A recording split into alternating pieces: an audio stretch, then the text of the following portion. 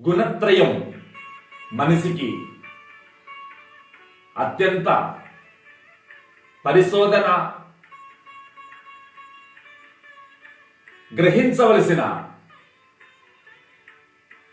గుణత్రయంలో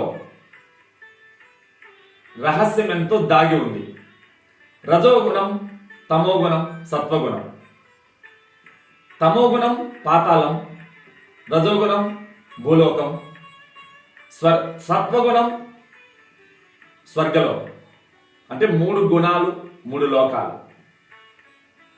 ముగ్గురు మూర్తులు, ముగ్గురు అమ్మలు. గంగలేకి పోయిన 3 మునకలు.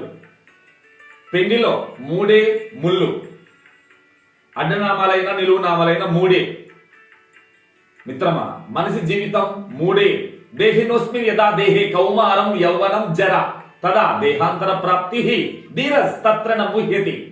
కనుక ఈ 3 నాళ్ళ ముచ్చటలో ఏ ప్రశ్న, ఏ సమస్య ఉదయించని నీ స్ఫురణ, నీ స్పృహ, ఆ స్పృహ స్థితిని గుర్తించినప్పుడే నీకు పరమ సుఖం. మిత్రమా, నీ మనసు జననం ఎక్కడ జరుగుతుంది? మనసు పుట్టక ముందే ఎవరున్నారు? విశ్వసాక్షిగా ఉన్న నీవు ఎన్నడూ పుట్టింది లేదు, పెరిగింది లేదు, గిట్టేది అసలే లేదు. ఈ సత్యం తెలిసినప్పుడే శాంతి నీ సొంతం. కనుక తక్షణమే జ్ఞాన దృష్టిని సంపాదించు. చర్మ నేత్రం కన్నా జ్ఞాన నేత్రం 1,000,000 రెట్లు ఉత్తమం. కనుక బహిర్దృష్టి పశువుది, అంతర్దృష్టి పశుపతి. ఓం స్వస్తి.